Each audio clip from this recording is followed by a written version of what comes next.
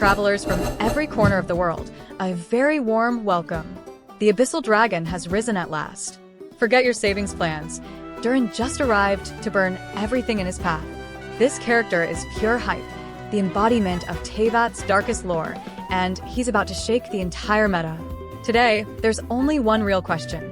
Is Durin worth sacrificing your pity and your primogems? That's exactly what we're going to find out in this video. Before talking numbers or optimization, let's start with what makes Durin truly special, his aura. Since the very first mentions in the lore, Durin was always portrayed as this mysterious, almost mythical being, tied to Mondstadt's dragon and a dark story still hanging over the Anemo kingdom. And now he's finally playable, not as a simple cameo or a recycled boss, but as a true 5-star character, designed for modern combat, for the Luna era. And honestly, that alone feels like an event. We're not just pulling a DPS, we're pulling a piece of history, a hidden chapter that finally takes form. Now, let's dive into what makes Durin such a pleasure to play, his role in a team, and especially his combat identity. Durin is a hybrid Pyro DPS who maintains constant presence on the field while unleashing impressive bursts of damage. What makes him stand out is his ability to blend fast direct hits with persistent effects that build continuous pressure. His gameplay feels incredibly fluid, with a natural rhythm and a modern dynamic that doesn't lock you into a rigid rotation.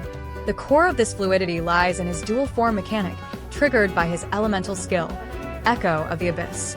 First, his sub-DPS/support white form is the most versatile. It allows Durin to apply Pyro continuously off-field around the targeted enemy, like a mobile turret. This form is ideal in team play, as it activates his passive that reduces Pyro resistance and the reaction element's resistance, up to 35% with the right synergy, except Hydro/Cryo in some leaked versions. Then we got the raw DPS black form. This mode is more selfish, focused on personal damage. It boosts his multipliers, especially for Melt and Vaporize, and grants strong defense penetration.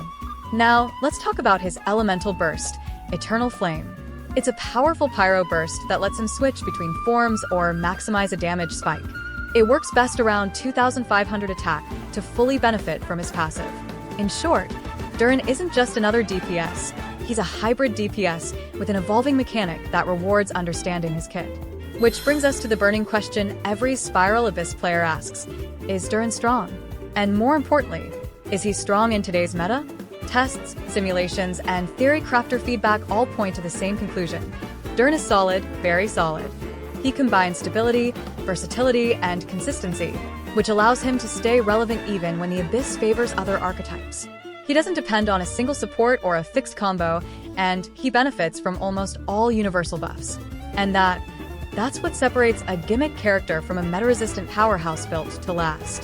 Durin's biggest strength is his versatility as a hybrid Pyro DPS. He excels in 3 main archetypes, and to get the most out of him, you'll need to pick the reaction that matches your playstyle and the supports you have available. The strongest and most consistent approach remains the Vaporize archetype, aiming for the highest critical damage numbers. The idea is simple. Use Durin's black form to trigger Vaporize with his infused attacks, while an off-field Hydro support maintains continuous Hydro application.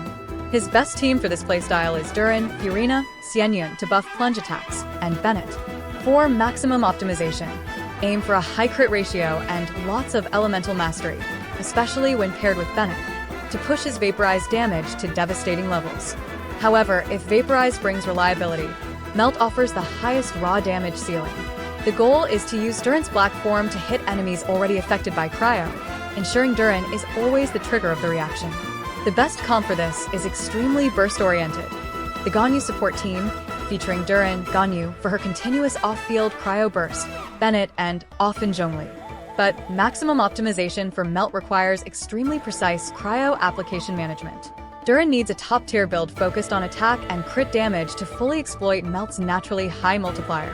Finally, the modern archetype, the Overload Force Catalyst, shines in AoE control and raw pressure, even if it's less focused on massive critical hits. The concept is straightforward. Durin uses his white form to apply Pyro continuously, allowing an Electro support to freely trigger reactions. The ideal Overload team is Durin as a sub-DPS, official for off-field Electro, Veresa, and especially Chivalrous, the specialized Overload buffer. In this setup, Maximum optimization allows Durin to focus more on energy recharge or elemental mastery if you're running him as a full sub DPS, since the Electro supports handle most of the reaction-based damage. Since Durin is a Pyro DPS, reactions are naturally at the core of his potential. What makes him surprisingly flexible is how easily he adapts to almost every playstyle. A vape version delivers steady explosive damage, a modernized overload setup offers aggressive and rhythmic AoE, and fast melt remains an excellent option for players chasing maximum crits. But the best part is this: he isn't locked into a fixed team. Even if you're missing some of the usual key units for Pyro reactions, Durin still works thanks to his continuous zone that naturally feeds elemental interactions. It's the kind of design that forgives incomplete rosters while rewarding strong synergies, making him accessible and competitive. Let's move on to more serious territory, the Spiral Abyss. The results are clear. Durin stands among the strongest Pyro DPS when it comes to consistency and real performance, even in the most annoying chambers. It's rare to see a character stay valuable when the content favors Hydro or Dendro, yet Durin manages thanks to his multi-source damage output, allowing him to perform well without needing a perfect lineup. So if your goal is to secure 36 stars with a character who won't abandon you the moment the content shifts, Durin is a very smart pick. Even top-tier characters have weaknesses, and Durin is no exception. His first constellation is extremely comfortable, to the point where some players say it brings a major quality-of-life boost. Not mandatory, but definitely tempting. Another limitation is his investment in artifacts. Durin is not a plug-and-play character who shines with any random set. He needs a coherent, carefully built kit that supports his continuous damage. If he's poorly built, he loses some of his brilliance, which makes sense for a character with such refined design. We've reached the final question, the one you've been waiting for. Does Durin deserve your primogems? Here's the simple, honest, and direct answer. If you're looking for a modern, versatile, fluid, fun-to-play Pyro DPS that's incredibly stable in the current meta, then yes, Durin is an excellent investment. If you enjoy characters with a strong identity, spectacular animations, and satisfying gameplay, the answer is also yes. If you're hesitating because you're waiting for a future character or your primogems are running low, take your time, but know that Durin is far from a risky choice. He's solid, well-designed, fun to play, and perfectly aligned with what today's players want. Durin isn't just another Pyro DPS.